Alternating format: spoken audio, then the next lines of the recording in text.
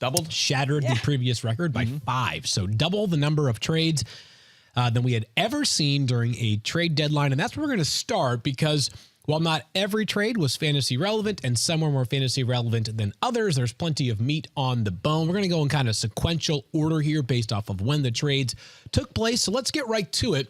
The rare intra-division trade took place as the Lions traded Daniel Dopp to the Vikings. Not literally, but they traded his doppelganger. That's why he's not here. Yes, I was going to say. That's why he's not here. He's taking his physical in Minnesota. Daniel is today. currently, that's right, taking his physical and looking at some new real estate up in Minnesota as they trade TJ Hawkinson to the Vikings. Both teams sent 2 picks as part of the deal. Minnesota sent the most valuable pick, which was a 2023 second rounder to Detroit, who's taking a big picture view here, right? They need a lot of good players, especially on defense. They now have extra draft capital next year to do so. Mike, I'll dive in here. What do you think about the value of TJ Hawkinson? Does it change going from Detroit to Minnesota? I don't think so. I think it's pretty lateral. You look at Minnesota's tight ends this season, they've combined for a 20% target share, which is right around league average. And most of that should now go to TJ Hawkinson. Irv Smith is on IR. He's going to be out for quite a while. But Johnny Munt is next up, right? Yeah. And you don't think of him as a major threat to TJ Hawkinson in the target department. So it's a good offense. Detroit has scored a lot of points this year. Minnesota can score a lot as well. But you have Justin Jefferson, you have Adam Thielen, who's 33 years old, and TJ Hawkinson's next in order, right? So I think there's plenty of room for him to continue to be a mid-range tight end one. And that's both for this year and long term. He's only 25 years old. He's been a top 7 tight end in fantasy points per game. He's 4th this year. He's been terrific.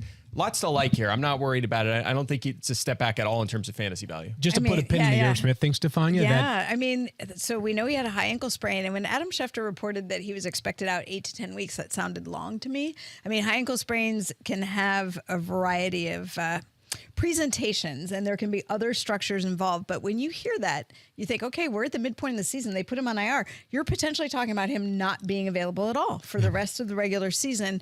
So then you have to wonder, Irv Smith, who missed all of last year with the meniscus surgery, now is going to miss at least half a season, it sounds like, with this high ankle sprain. Are the Vikings looking to make a permanent roster change there? Yeah, and I think that, so Mike was very granular and specific with really supportive numbers for his case. Excuse me. I would sort of describe it this way. TJ Hawkinson, prior to this trade, playing for the Lions, was not Mark Andrews or Travis Kelce, but he was one of the few tight ends that you could feel good about starting and know that he might get you 25 points 3 times this season, maybe twice, maybe 20 points 3 or 4 times this season. He also might get you 5 points once or twice this season.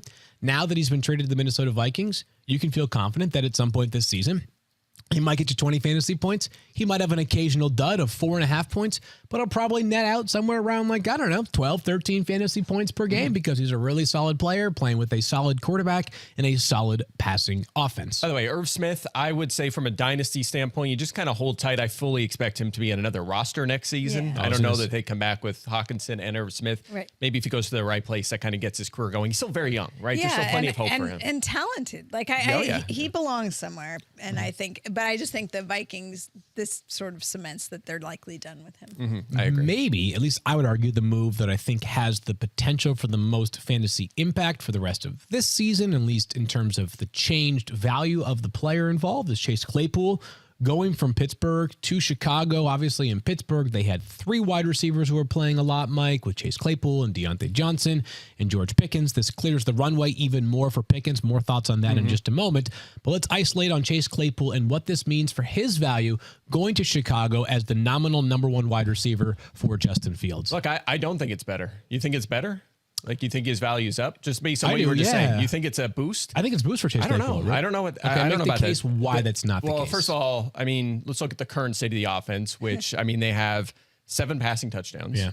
They are dead last in pass attempts. And then you think about the guy right now, Darnell Mooney. Okay, he has a 28% target share. That's way above where Claypool is this season. That's one of the top target shares in the NFL. He's 53rd in fantasy points. He has 0 top 20s. And their next target in line would be probably Cole Kmet, tight end 31. There's no value with their pass catchers there. And now we add another guy who, as I mentioned, we've talked about. Claypool could see a pretty similar target share to what he saw in Pittsburgh, 20% or so. That's 6, 7, 8 targets a game.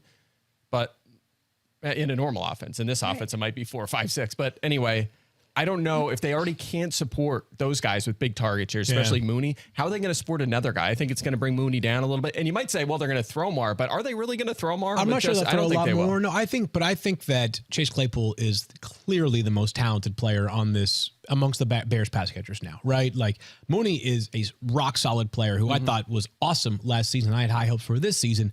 Chase Claypool is a dynamic player. Like he can be a wide receiver one for an offense. He brings some things to the table that the Bears don't have right now. A wide receiver who's got an excellent catch radius, good down the field. He is a player that I think the idea behind trading for him is making him a big part of the offense. I will concede it's going to take some time here for Chase Claypool. Like I don't expect this week you immediately get 10 targets and 100 potential receiving yards for Chase Claypool. I think though, like as you're looking at opportunity, I'm more optimistic than you are that while the offense is not going to change dramatically, the targets could be saturated towards Chase Claypool because I just think he is a cut above the rest of the playmakers on that offense in the passing game. I don't know. I'm on the other side. Want to break the tie, Stephania? How do you feel about what was your gut reaction to this trade?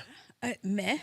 But only because I love the player, but I am zero excited about the Bears offense. I actually thought what was interesting, I mean, we're talking all the quantitative stuff, but qualitatively, I thought it was interesting the conversation around it. Like, they're feeling like there's more confidence for Justin Fields. So he's more confident we're going to add another receiver. And I thought, well, that's great if you're going to give him the opportunity to throw to him. But I just haven't seen it yet. Maybe they're going to unleash a totally different style offense in the second half. We just don't know. I don't know about totally different style, but I also don't think this is like a Drake London situation where you add this guy who clearly has an abundance of talent and then you neutralize his own impact by hardly throwing to him. I'm more optimistic here for the potential.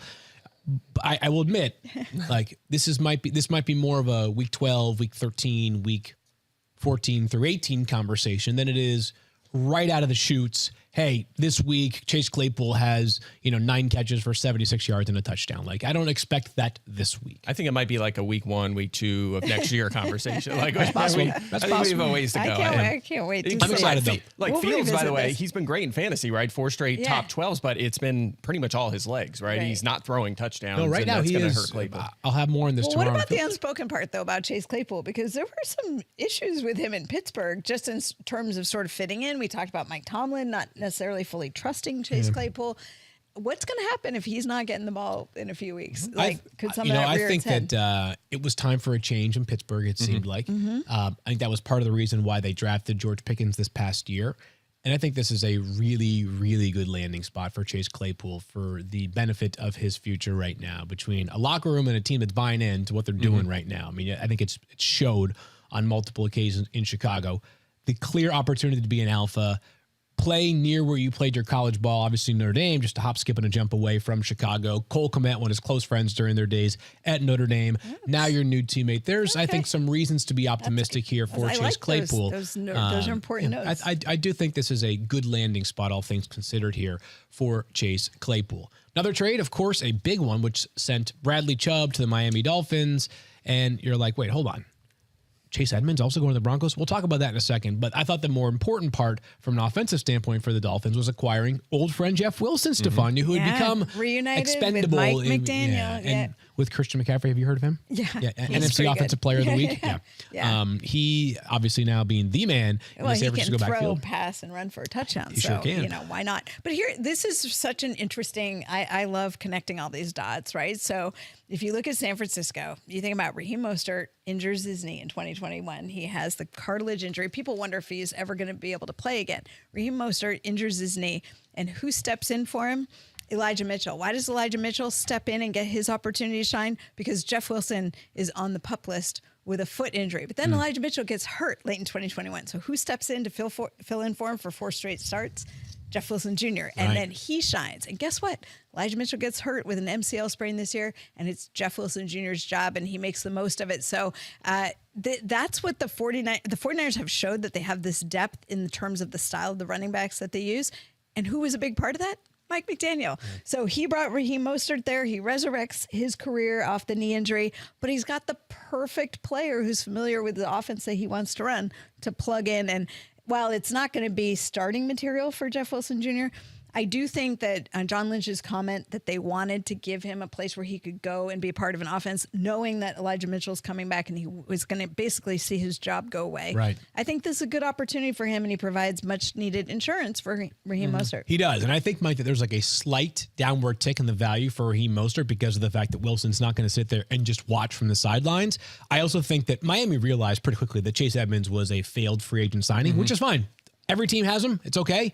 It's really good to admit that you were wrong and move off if you can, which they did as part of that Bradley Chubb trade. We'll dive into that one in just a moment here. But I think this keeps Jeff Wilson personally on like still a very important insurance ad. Absolutely. Don't think he has standalone value. I don't think Raheem Mostert moves too far down from where he has been recently, which is like a top 15 to 18 running back. Yeah, I think we agree. You know, Mostert's been over 15 touches in 5 straight, but he hasn't had, it's not like he's getting 30 touches a game and we're like, okay, maybe they scale him back to 20 and Wilson's on the flex radar. He's kind of been in that 15 to 18 range every week. And I think we agree that if that number goes down, it'll be slightly, right? Just a slight. And that's not, and keep this in mind. If that goes down slightly, what does that leave for Wilson? Well, Chase Edmonds was averaging 5.1 touches per game since week 2. So there's not really a lot of meat on the bone in this backfield, right? They like to throw, like to get it to Tyreek and Waddle, and even Mike Gesicki now is getting involved. So I agree. I think Wilson is an excellent insurance back, especially because Raheem Mostert, we hope he holds up all season. He's been terrific, but he has a long injury resume, as you know. So if he goes down, Wilson will be a starter in fantasy. So I mentioned it. Chase Edmonds goes to the Broncos. Struck me as basically salary filler as the primary motivation in that deal. That being said, as we know, for Denver, they have had multiple injuries in the backfield. But all of a sudden, and I haven't seen any subsequent transaction, right now the Broncos have on their roster Melvin Gordon, Latavius Murray, Marlon Mack, and Chase Edmonds. That's 4 guys who all, I think, expect to have a role here. So, and Mike Boone on injured reserve. Yeah, so he'll be out, obviously, for some period of time. But you have 4 guys on the active roster right now. To be honest with you, my first thought was, does one of them go? Like, is Marlon Mack going to be gone by tomorrow? They did cut Divino Sigbo, which wasn't a surprise, right? He'll go back to the practice squad. But I think Mack probably gets cut loose. I would guess. But it doesn't even matter. If he's there, he'll be a healthy scratch, most likely. Right. But I do think the other 3 guys are going to play. I think all 3 will play. Right. Murray has played well enough. I don't think his role disappears. I think he'll be in that sort of, I made this comp on Twitter yesterday, like he'll be kind of in that Brian Robinson role in Washington where he's just running it, he'll steal some goal line work. And then Antonio Gibson role is probably like Melvin Gordon. He'll catch some passes and get some carries and whatever, maybe probably get the start. And then the obvious passing situations, maybe, that JD McKissick role is Chase Edmonds, right? That's been his specialty the past few years, and he has not run the ball well. I mean, Edmonds was averaging like 2 yards per carry in Miami. So, and by the way, Edmonds also has never had more than 5 touchdowns in a season. He's not going to help you there either. So I don't think there's value there. I don't want any of these guys. There's only one way you would. And I think and I have zero information whatsoever. I'm only trying to piece together things and try to use my instincts here. But now that the NFL trade, this is sort of nerdy here, but now that the trade deadline has passed, every player that is cut is subject to waivers. Prior to the trade deadline, only guys that had been in the league for fewer than 4 years would be subject to waivers. So guys that are on rookie contracts for the most part. Now, if a veteran is cut loose, it gives another team an opportunity to potentially claim that contract, and the team that cuts that player would get a little bit of salary cap relief. What are the chances Denver eventually cuts loose Melvin Gordon? Because he's been unhappy. This is a team that's 3-5. I know they got to win, but I'm not particularly inspired by the outlook for Denver for the rest of this season. Melvin seems displeased with his role, and can you blame him? He's getting less it snaps sounds like or he less doesn't plays. even know what it is. I mean, that's the biggest thing to me is that there's nobody seems to know exactly what the role of these running backs is, including Nathaniel Hackett. And you hold on to a player like that through the deadline in case maybe you can trade him, right? Maybe you could flip him for a 7th-round pick yesterday. Obviously, nothing came to fruition. Again, I have no information on this. It's just simply just sort of piecing together a couple of different thoughts. And now that you have 4 running backs for now that are on the active roster, you are one body heavy, and maybe Marlon Mack is the easy solution. The only thing there, Mike, is that once you sign a player off of somebody else's practice squad, he has to be on your roster for 3 game checks. So Marlon Mack is bound to the Broncos for at least another week and a half. Yeah. So if they're going to make a move, they can't make it on Marlon Mack for some period. I'm just, again... these are the kind of things that only I care to think about. But I'm tweeting this. Field Yates reports that Melvin Gordon will be released. All right, so this one was, I think, one of the funner trades of the day was Nyheim Hines going to the Bills because it happened just minutes before the buzzer here. He's a really talented player. Yeah. He's awesome in space. How psyched great are you pass if you're catcher. Nyheim Hines? Oh my god! Oh my All of a gosh! sudden you're in an offense that's potentially headed to the Super Bowl. You're a juggernaut. And my first thought, to be honest with you, is that like for fantasy, the Bills don't even need this guy, right? Like they really didn't need to add a player, right? I'm not saying it's a bad trade. I'm saying they didn't need to do this in order to get over the hump. They are, at least in my opinion, the favorite to win the Super Bowl here, Mike. Is there any fantasy value or does this just take away from others? I think it takes away from others. First of all, credit to them for just continuing to fill little voids. They're just trying to check every box. They traded for Dean Marlowe at safety as well, add a little depth, maybe some security for Jordan Poyer, who had an injury last week. So good for them. I like that they're doing that. And they've clearly wanted a passing down specialist. They tried for J.D. McKissick. Didn't work out. They drafted James Cook. He looked good last week. I thought, here we go. I thought the Cook experience was about to start, but he's kind of been neutralized by this move. But I will say this. Let me ask you a question. Where do you think the Bills rank in running back targets this season? And they've had their bye too. Dead last. They are 12th. And they've already had their bye. That includes missing a week with bye. Okay, they so are I 12th. totally misread your question because they're second to last in terms of running back touches this year. Yeah, but they're up there in targets, right? Yeah, so surprising. Yeah, it is surprising, but Nyheim Hines could take on a pretty decent chunk of that. I think it's going to hurt Singletary, and Hines could have a similar role to a similar target share to what he had in Indianapolis. On top of going from an offense that's 29th in touchdowns to one that's third in touchdowns, they're more than doubling Indianapolis touchdown output. And Hines will get some targets near the goal line. I really believe he will. So you can just get open. So I like this a lot. I think he might have some PPR flex value. They might be looking for a durable pass catching running back. He missed the first game of his career when he missed that 1 week because of a concussion. Other than that, he's been available every single week. And he had all three of their first three plays of that game. He had every touch too. So there's going to be time. I would not be surprised if they're in like a game, like think about the Chiefs game last year, right? That back and forth where he has like 9-10 targets and it's just a huge game. Maybe scores 2 touchdowns. He might have that kind of game in this offense. Last thing on this trade, of course, Zach Moss went back to the Indianapolis Colts in the deal. This is not some sort of indictment on Jonathan Taylor, but it is worth noting that Jonathan Taylor was getting his ankle checked out during the game last week, Stephania. Yeah. Maybe this is preventative just in case, right? Well, he left the game and then he returned. He ended up finishing it out. But I think what it tells you is he's not 100% and that they're still working through that. So And not that Zach Moss is like a total game changer, but like he's so cheap on his contract that it's not like Indianapolis. Like this to me was not some sort of like major reflection of what their priorities were. I think that this was a deal that probably only got done if they were able to take back a bit of salary from the Bills, which beefed up the draft pick by just a little bit. This was more of a big picture move for Indianapolis, who we could do a whole show on the crossroads that franchise appears to be at after firing their offensive coordinator yesterday as well, seemingly out of nowhere. I thought the most interesting trade of the day was a move that has absolutely zero ramifications for the rest of this season. Is Calvin Ridley, who was suspended for all of 2022, was traded from the Falcons to the Jaguars.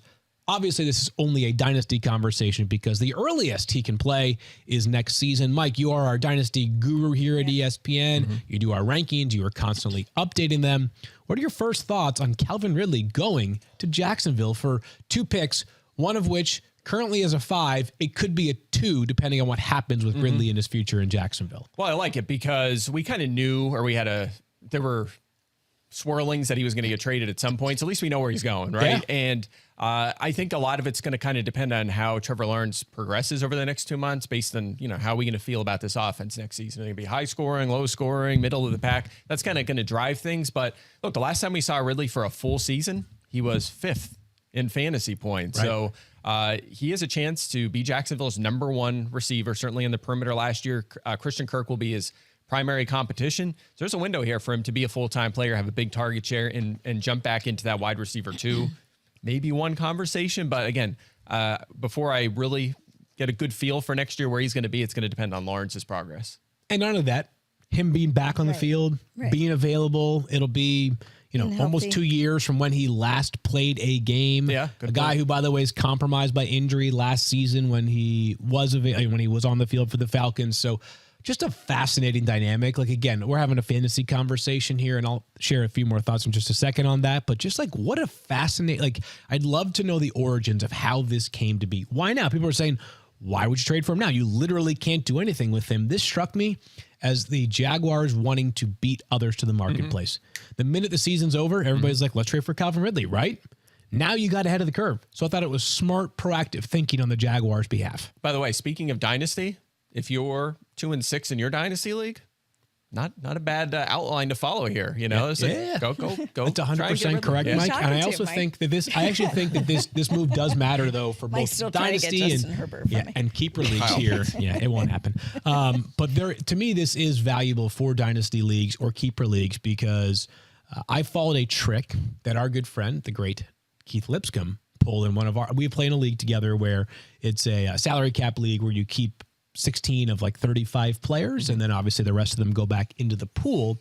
And because when you're in the draft room, players are sorted by projected points, Mike, of course, being the projections expert here at ESPN, had 0 points projected for Calvin Ridley because he wasn't playing this year. So not cool, Keith, being the sly dog that he is, waited until the very last pick and grabbed Calvin Ridley.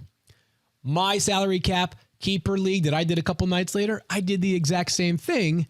My team is solid and in a spot where I could stand to make a big trade, and Calvin Ridley for $1 would be an extremely valuable player, even if he's not what he was in the past. For $1, that's a huge value. But people that were reaching out to me in the past week or so about him were like, I just don't know what's he going to look like. Where is he going to be? Is Atlanta really the offense you want to have him in? He's $1. Now there's yes, but still, right? But like the sliding scale of value changes when you know that the player, like you know that a team has plans for him. Right. Yeah. Right. It was a very murky outlook for Calvin Ridley because again, he'd been suspended for gambling on sports. Like it's happened 5 times in the entire NFL for the first time. And like talk about like Art Schlichter and Alex Karras back in the day, right? there And one Josh Shaw in 2019. Josh Shaw, that's it. I was gonna say there was But one still, a few years ago. we're talking about guys, and for the most part, these are bigger stories 60 years ago, and it happened more often now, right? So, But also complicated by the fact that didn't have a great year with the health issues going into 5 games that. last So, year, I believe. Yeah. So this is very interesting to me. What a fun trade deadline that was. Really, really good stuff. And I hope that what leads to more and more of this going forward. NFL GMs being unafraid to move on from picks to improve their roster. So we did something yesterday where we basically went through confidence meters on players. Let's do a sort of a cousin of that and ask whether we think players are set for a bounce back. And let's revisit what you just said about the health of Jonathan Taylor, Stephania. This is a guy who had never missed a game or a practice prior to the season. Now he's been in and out of both the lineup and the practice field. Missed weeks 5 and 6. Yep. Then back last week and return. So he returns, but he leaves, gets the ankle checked out, comes back in, does finish out the game. It sounds like they're confident enough that he's going to continue to play, but his ankle's clearly not 100%.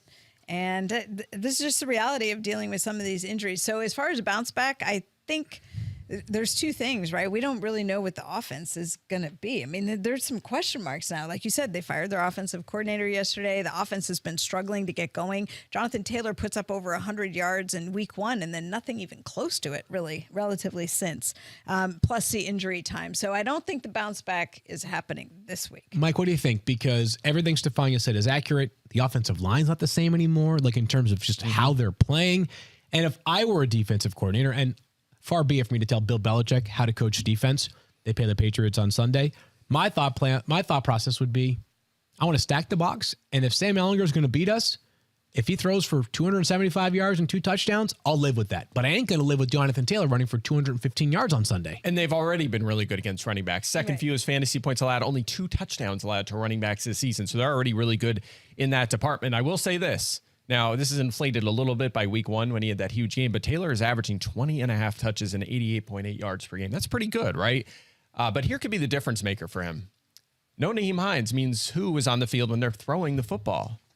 Maybe Jonathan Probably Taylor, Yeah. right? I think he'll see a little boost. You have Deion Jackson, who's better in the run game. Zach Moss is a 3-down back. You know, he isn't broken out, but he can handle some of that pass blocking as well. So there are options, but I think Taylor might see a boost in target share, and that could be huge for him if that number goes up. So It's really all health dependent. I mean, if he's healthy, I think he'll be fine. He's going to get the volume. He's so talented. I'm not worried about that. It's just a matter of getting close to 100% and being on the field. I think he will. If the question is bounce back like in the back half of the season, yes. I just don't know that it's this week. Yeah, it could take some time. We got him as RB12 across the board. A running back that I think we have immense confidence in. And I can't explain what happened to the Raiders this past Sunday, Mike, but Josh Jacobs, I've got him as RB4 this week. I think he actually was the least of the evils for the Jaguars last week. He still got 7.5 fantasy points, but I think they bounced back in a major way on Sunday against the Jaguars. I agree. He had 73 plus yards in every game prior to last week. Yeah. His targets were not there in the first couple weeks of the season. That has changed. Now he's multiple catches in 5 straight games. And the Jags have struggled against running backs, 8th most fantasy points allowed. So I agree. I'm not going to knock someone for one down week, especially when everything just kind of fell apart. And the Raiders have scored a lot this year. They've been in scoring position up there with teams like the Chiefs and the Bills, and the Browns. They've been able to get the ball down the field and into scoring position a lot this season. They just haven't converted a lot of them into touchdowns until the week before this game against the Saints. So I think Jacobs will be fine. He's getting tons of volume. As long as he's healthy, he'll be a good RB1.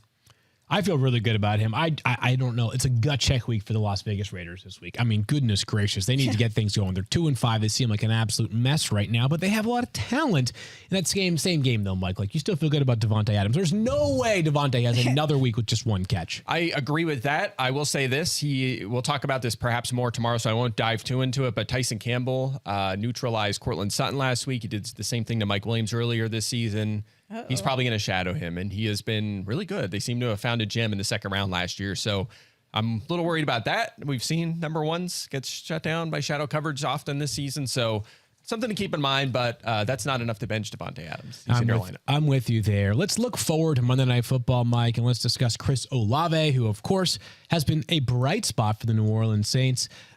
So bright that I traded them in a dynasty league last night. I'm not sure how I feel about that, just on principle, but it was a good trade. I don't want to talk about that. Yeah, we don't want to talk about it. But this matchup, the Ravens early in the year were like the Civ defense, right? Where it was like you can throw for a ton of yards on them. I don't feel like they've been quite as generous of late.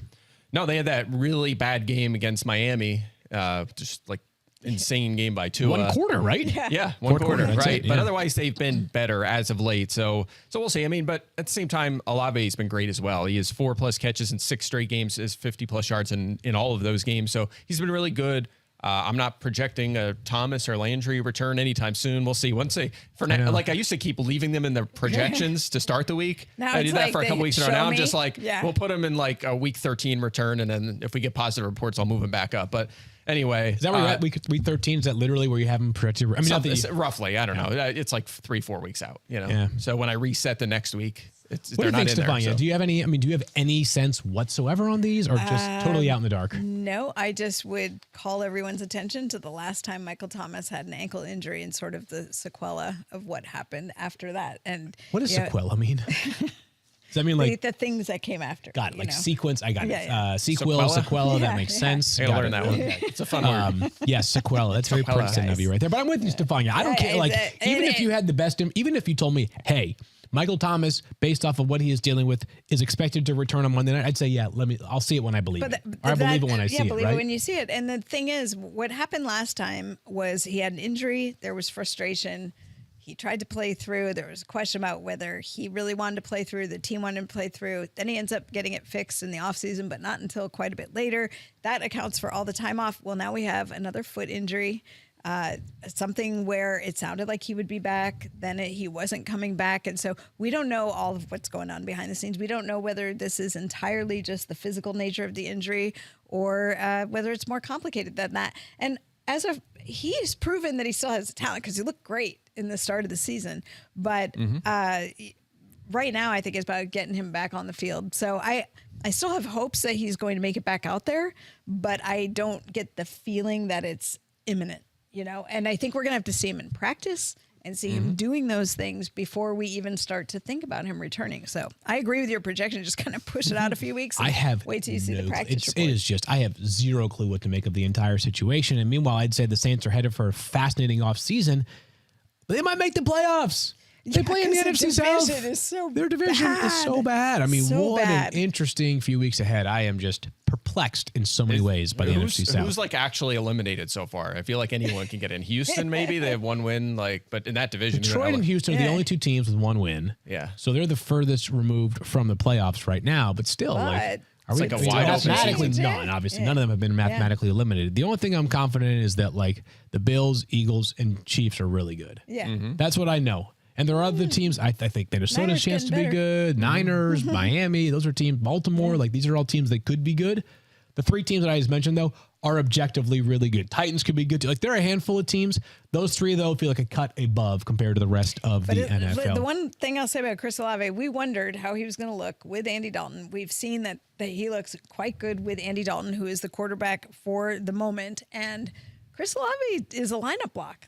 There aren't that many, but he is a true lineup block, even in this very tricky season for wide receivers. The first round receivers have been awesome. It's just some of them have been in tough spots where they're not getting the ball enough. Or, Drake London, obviously, looked great to open the season. And Garrett Wilson kind of disappeared when Zach Wilson came back, but he's looked awesome as well. So it's been a good class, and we might get to see a little Jameson Williams in the last month or so of the season. We'll keep an eye on it. Yeah, we'll see. All right, so that will be fun. I am tempering expectations for Jameson Williams as well. If this is a team that just traded away TJ Hawkinson, I'm maybe take the big picture view here, right? Maybe. Yeah, we'll see. But I just selfishly, I want to see him for a month so you know how to value him next year. Just get a feel for how he Mike, looks you're out always there. thinking about the projections because you're too good at your job. Hey, by the way, did the Phillies win last night, Mike? I'm going to say yes. They did. I was bowling, so I don't know. Wait, what kind of fan are you? I'm not a Mike's baseball not fan. a baseball I'm not a fan. baseball He said fan. it out loud, but they want, They are They did win, If right? you're a Philly 7-0. sports fan, you should be ashamed of yourself. I'm impressed by, so impressed in so many ways by a lot of athletes, but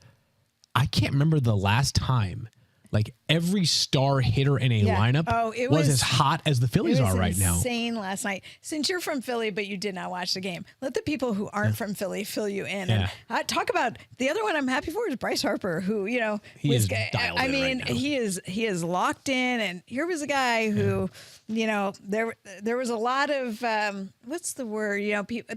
A lot of name calling about Bryce Harper, quite frankly, when they didn't think he lived up to expectations. He leaves the Nationals for the Phillies. Nationals go on to win the World Series. Now he's there, and boom, steps out with a home run last night. He's awesome. It's fun to He's watch. Dialed in. We're going to come back, and there are 6 teams on a bye. You might need some receiver help specifically. We'll dive into some names that you need to know. But first, Stephania, tell us about Geico. All right, Field. Geico asks, how would you love a chance to save some money on insurance? Love it. Of course you would. And when it comes to great rates on insurance, Geico can help. Like with insurance for your car, truck, motorcycle, boat, and RV. Even help with homeowners or renters coverage. Plus, add an easy-to-use mobile app, available 24-hour roadside assistance, and more. And Geico is an easy choice. Switch today and see all the ways you could save. It's easy. Simply go to geico.com or contact your local agent today. Today's podcast is sponsored by Global X ETFs. With rising oil and gas prices, alternative vehicle technologies are looking more attractive. Is your portfolio keeping up? At Global X ETFs, we offer a lineup that can provide exposure to innovative companies at the forefront of this and other emerging trends. Visit globalxetfs.com to learn how you can invest in these disruptions without putting all of your hopes in a single draft pick. All righty. With those 6 teams on a bye, let's rank 5 wide receivers, 5 through 1. Get the touchscreen involved here, and let's start with Devin Duvernay. Mike, what are your thoughts on the sort of quasi number 1 wide receiver for the Baltimore Ravens? Yeah, because no Rashad Bateman, right? So he's going to be the number 1 for this week. And I think what we've seen from him, honestly, even some weeks when Bateman's been there, is a respectable floor, enough where you throw him in your flex and occasionally scores a touchdown or gets just enough touches to be viable, but no ceiling, really, right? Is other than I think week 1. So he's fine. I mean, you could throw him in your flex with Bateman out and feel okay about it, but I'm not super fired up to start Devin Duvernay. Also, hard to figure out what the matchup will look like. We'll see what happens with Marshawn Lattimore this week for the Saints. They play Monday night. And oh, by the way, a team that was really struggling defensively put the clamps to the tune of a shutout against the Raiders this past Sunday. They've got Devontae Adams. He had his worst game ever in his career when you filter out a couple of those games as a rookie when he was hardly playing. By the way, Rashad Bateman's going to be gone for a while. So this could be Devin Duvernay's job to have. Stephania, what is the latest on Alan Lazard in Green Bay after that snap, crackle, pop shoulder injury? We don't really know because he hasn't practiced yet. So at this point, when you haven't seen a guy on the practice field after an injury like that, you're a little bit nervous. And we've got Romeo Doubs up next as our guy. And we liked him a lot a few weeks ago, but the Packers offense has just not been that impressive. So even though he's likely to be the number one guy, he was number one with Alan Lazard out this last week.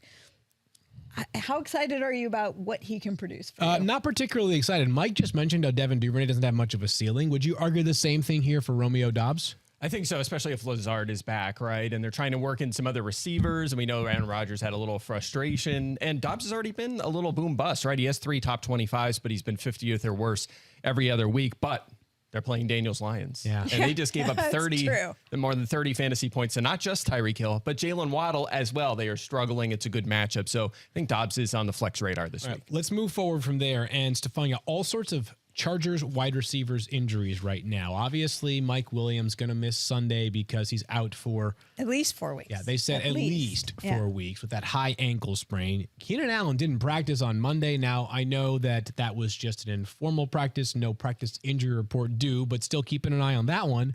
How about Josh Palmer, though, who before their bye was also banged up? Yeah, he had a concussion and did not play in week 7. Then they had the week 8 bye. I expect Josh Palmer to be back. He was out there a little bit for their walkthrough. And Josh Palmer has an opportunity here because, as you mentioned, Field, we have Keenan Allen coming back from the hamstring injury and still struggling a bit. The last game that he played, he did not go in the second half because he felt like he couldn't explode off the hamstring. The practice, as you mentioned, was a walkthrough earlier this week, and so it remains to be seen. I kind of think they would hold him out of that anyway, but he may not be at full strength even if he plays. That's the issue. And so Josh Palmer is the de facto top receiver. They did have Donald Parham, who was out also in week 7 with a concussion, who should be back. Okay, well, the best part about this, Mike, is the matchup. Absolutely. Falcons have allowed the most fantasy points to wide receivers this season. They're down Casey Hayward. They were down A.J. Terrell. We'll see if he's back. They did trade for Rashad Fenton. We'll see how much he plays in this game. But you're right. I feel like Palmer has kind of underwhelmed a little bit with Keenan Allen out, right? He hasn't really, for a day 2 guy in year 2, we expected a bigger leap. Hasn't been there, but he's still going to see a lot of volume with no Mike Williams. He's going to be their top perimeter option, although Allen will probably play outside more with DeAndre Carter in the slot. But nonetheless, I think Palmer with Williams out is right in that wide receiver 3 conversation for now. Number 2 on our board here is Darnell Mooney, who has not been great this year, to be obvious. I mean, they have not yet thrown him a touchdown pass, but he's still a talented player. And here are I think the reasons for optimism are, A, they've been throwing the football more. Not a ton, but more of late. We've seen a better version of Justin Fields. They traded away their 2 best defensive players over the past week and a half. It stands to reason that Chicago will have to play from behind fairly often going forward. Yes, Jay Claypool, who we discussed, is now there in the mix in Chicago, but we'll see how much he plays this week against a Miami team that, while they did get better up front, in previous years, they've been awesome in the secondary, Mike. Not quite as dominant this year in that back end. Yeah, they haven't been. And this is tough with Mooney. I mean, you see it on the screen if you're watching the video, 5+ targets and 50+ yards in 5 straight games. That's decent. It gives you a decent floor, but he has no top 25 finishes this season. And now you bring in Chase Claypool. They're still going to run the ball as much as they can. They've been competitive enough that they're not getting blown out and just throwing it constantly every single game, right? So some of them they have, but last week, I guess. But nonetheless, he already hasn't performed. Now they add a possible 20% target share guy to that offense. No thanks. I don't feel great about Mooney. For this week, you could fire him up as a flex, but I'm worried going forward. Yeah, one more here is Adam Thielen, who of course stays in Minnesota, I should say, who has an added new friend in TJ Hawkins. Easy enough for me to talk this morning, huh? But this offense should be fun, Stephania, and this is a team that faces a Commanders group this weekend that not exactly inspiring a lot of confidence in the back end. Are you confident, Mr. Adam Thielen? Well, it's interesting because I'm confident in the talent. Relatively speaking, was confident in the role, but now I'm a little concerned that TJ Hawkinson actually could pose a little bit of a threat to Adam Thielen in terms of pass catching, especially in the red zone. I mean, he could become an ideal target because of his size. Adam Thielen, we've talked about it early in the season. We kind of thought he was touchdown dependent to be relevant. But again, with it being the first week, I think that Adam Thielen, the scale tips in his favor. Mike, you like him? I do. 7+ targets in 6 straight games. So it's not just all about touchdowns anymore, right? He's getting some respectable volume. And I don't think that changes with TJ Hawkinson in there, especially this week, right? You might see Hawkinson kind of ramped up a little bit. So no William Jackson in Washington anymore, which might help them out. He was obviously struggling in that scheme. They've been a little better as of late. But with the volume Thielen is seeing in a good offense, I don't know how you bench him. If you have Thielen on your team, you're most likely starting him. Last thing I'll say here. The NFL should only have 4 teams per max on a bye. Thinking about us, those in the fantasy football community. You see her there now. It is time for us to check in, as we do every Wednesday, with the perfect Liz Loza. And if you're saying to yourself, wait, I was the person that called her perfect first, that may be true, but there's a specific reason why I am saying it here this morning, Liz, is because you write a column every week, Props that Pop, and I'm just curious, how many of your props last week did you hit? All of them. Perfect Liz Loza. Well done by you, Liz. Way to go. What do you attribute that success to? Thank you. It's only downhill from here, right? No. Don't you be crazy. So if we want to keep the good times rolling, we should be asking you for ways to make some money and some players to feel strongly about or not strongly about going into this week. And let's begin with Ramondre Stevenson. How are you feeling about the Patriots' new seemingly basically by himself lead back? I'm feeling very good about Ramondre Stevenson. We talked on Monday's show about his versatility as both a pass catcher and a dominant, efficient rusher, making him it keeps him from being game script dependent. I mean, he has posted top 10 fantasy numbers in week 6 when Damian Harris was sidelined, and he's continued to do that since Damian Harris has returned. He has presumably stolen the RB1 role away from Harris. Also, again, as a pass catcher, he has managed 15 catches on 16 targets over his last pair of games. Remember, Harris was on the field for those. And he's had a 20-plus yard reception in each of those outings. That sets up nicely versus the Colts. Indy has allowed the 6th most receptions and the 4th most receiving yards to opposing running backs. So do you expect this to keep going, as you just mentioned there, with Ramondre against the Colts in week 9? It is week 9. Liz, I got to be honest with you. I am starting to lose track of time here, left and right. You were on Ramondre last week. He did it. He's going to do it again, according to Liz. Let's discuss DJ Moore. You were also on last week, who has been so good over the past 2 weeks. Do you think there's a chance that DJ Moore can keep things rolling on Sunday against the Bengals, who all of a sudden have a very thin cornerback room? And that is precisely why, Field. You know, with CMC out of Carolina, as you mentioned, Moore has converted 13 of 21 targets. Now you think 13 of 21, like, that's not terribly efficient, but let's remember that he's doing that with PJ Walker as his quarterback, and he's managed 47 fantasy points behind only DeAndre Hopkins over his last pair of outings. His matchup against Cincy, you're pointing to it, just got a whole lot easier with Chidobe Awuzie suffering that ACL on Monday night. Look at what Amari Cooper did to the Bengals secondary on Halloween. I think when we think about the 3 pillars of success in fantasy, volume, talent, and matchup, well, in week 9, DJ Moore checks all 3 of those boxes, and I'm going to start him over Michael Pittman. I'm going to start him over Alan Lazard, and I'm going to start him over Tyler Lockett. It's nice to see DJ Moore looking more like himself. Maybe perhaps that is mostly due to Christian McCaffrey's absence, as he is now a 49er. Maybe it's PJ Walker's improved play. Maybe it's both of those things, but whatever the specific reasons are, it's awesome to see DJ back because he's one of the most talented wide receivers. And coming into the NFL, he's one of the most, coming into the season, he was one of the most consistent wide receivers in fantasy over the past 3 years. Mike Gesicki has been sort of hit or miss for Miami this year, Liz, but when you guessed on him, you guessed correctly. You were in on Gesicki last week. Are you in on Gesicki again this week against your beloved Bears? So I don't want to get greedy here, okay, right? Gesicki had back-to-back 7-target efforts coming into week 8. The prop that I hit on was over 2.5 receptions. He caught 3 and saved your fantasy day with a touchdown, right? We never want to chase those. It's an interesting mix for Gesicki. I mean, he's running, 25 routes a game over his last 5 games. So there definitely seems to be a priority to get him involved. But his snap share dipped considerably once Durham Smythe, who is by no means a pass-catching tight end, but once Durham Smythe returned, Gesicki's snap share dipped. And now that Smythe has kind of gotten healthier since having the hamstring issue, you've seen Gesicki's targets dwindle. I'm not sure that the Dolphins are going to need to throw a lot against the Bears, as much as I don't want to say that. And also, it's a pretty tough matchup for tight ends. The Bears are allowing the 7th fewest fantasy points to opposing tight ends. So I have Gesicki just outside of my top 15 at tight end 16 heading into week 9. Okay, there you have it on last week's props that popped. A reminder, you can read Liz's column every Saturday on ESPN.com. A good way to make yourself some money come Sunday. All right, Liz, we have some receivers that are back from a bye this week, or at least we expect them to be, because one of them is dealing with an injury. That, of course, is Keenan Allen. What's your outlook for Keenan this week against a Falcons secondary that is also very, very thin these days?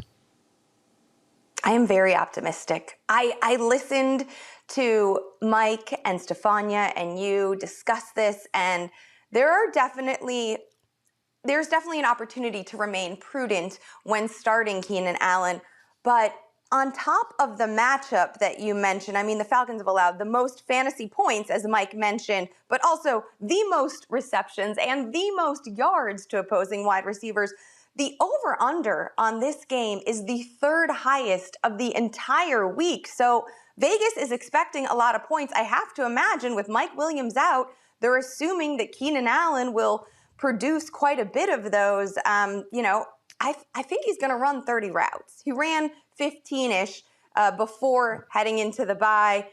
I can see that number doubling for him. And when he's run 30 routes, he's managed 16 fantasy points per game. So I'm going to be bullish and optimistic about it. Yeah, I have a slight, and I mean very slight hedge on Keenan Allen. I have him at wide receiver 13. So it's still going to be in my lineup, but only in case that hamstring injury is not 100%. And as we discussed on the show earlier, he wasn't on the field for the team's walkthrough practice on Monday. So if that changes and by Friday he's off the injury report, he'll be right back inside my top 10.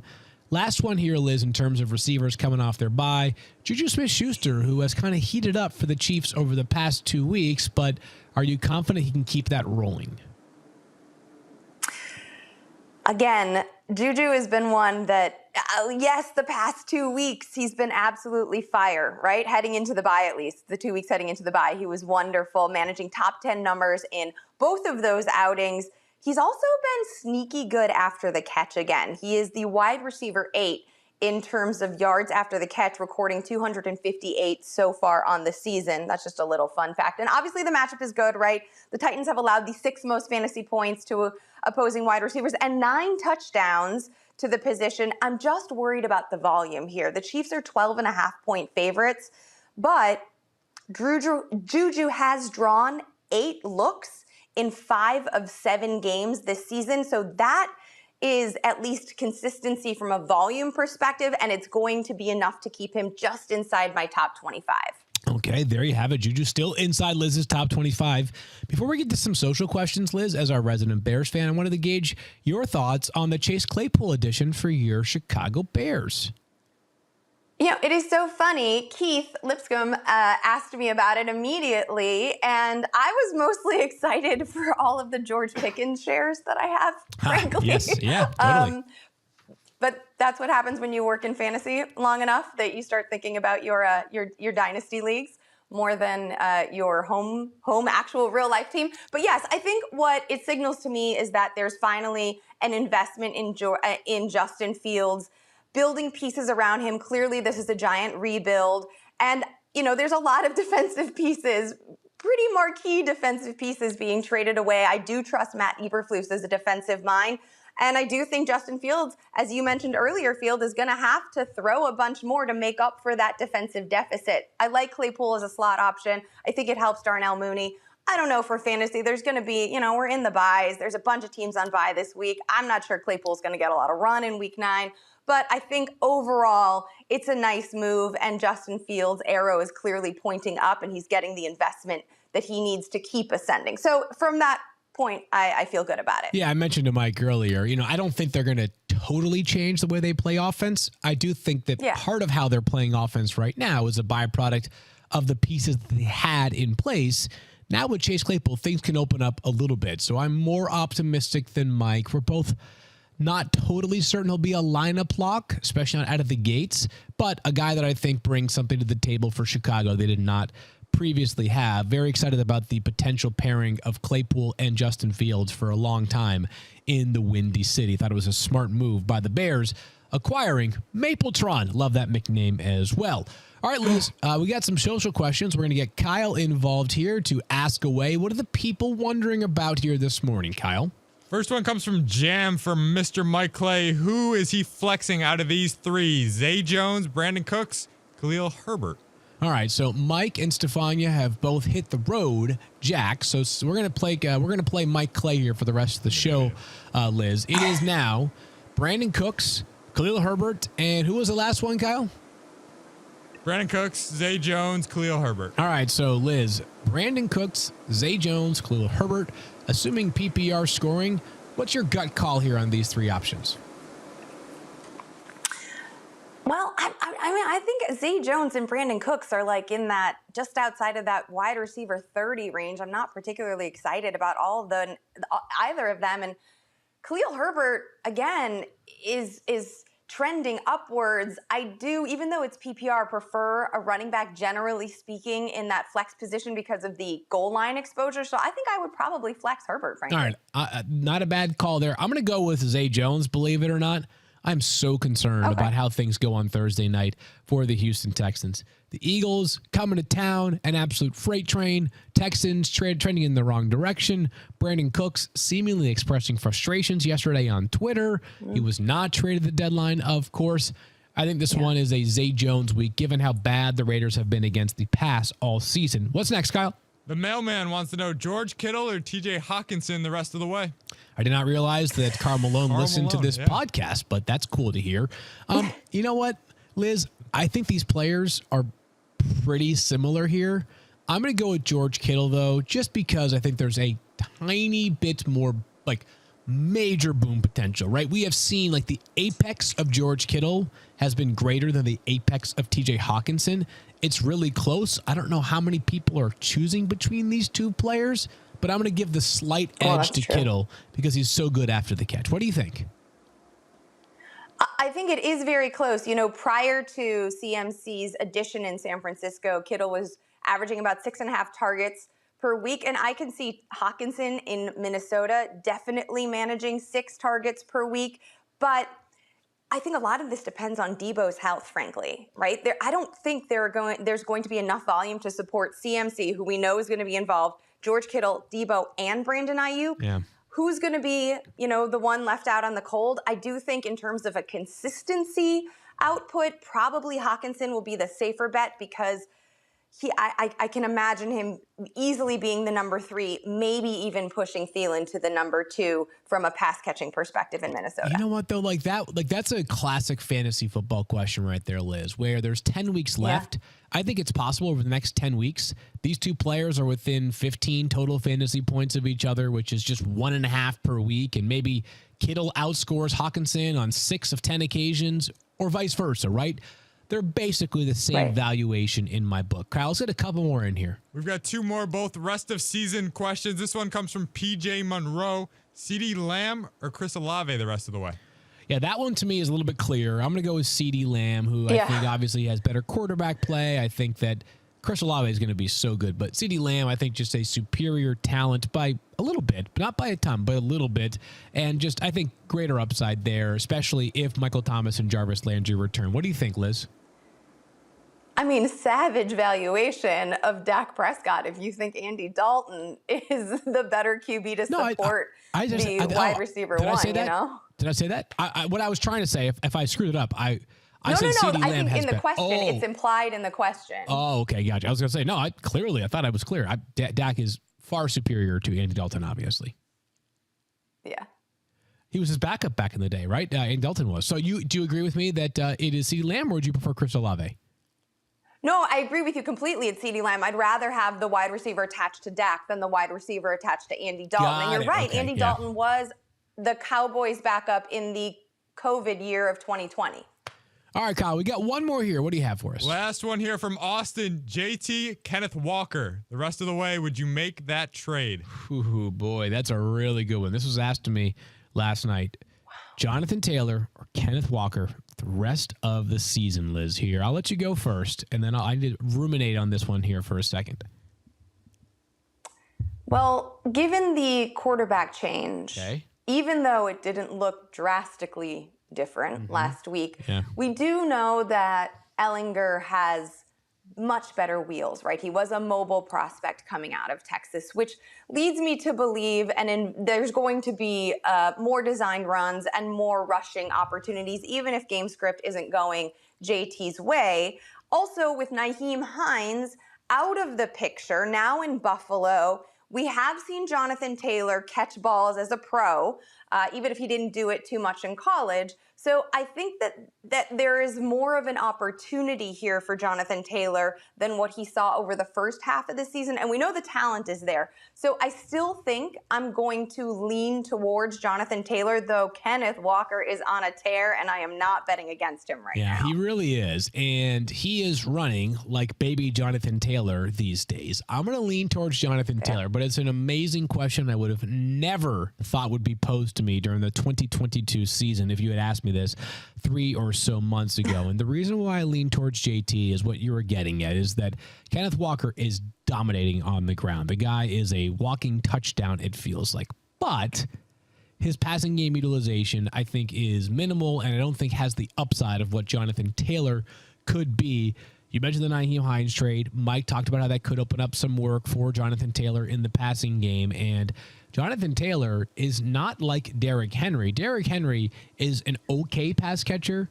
He's, the best runner we've seen over the past 5 or so years, right? Jonathan Taylor is very gifted in the passing game. I mean, he is extremely natural in the passing game.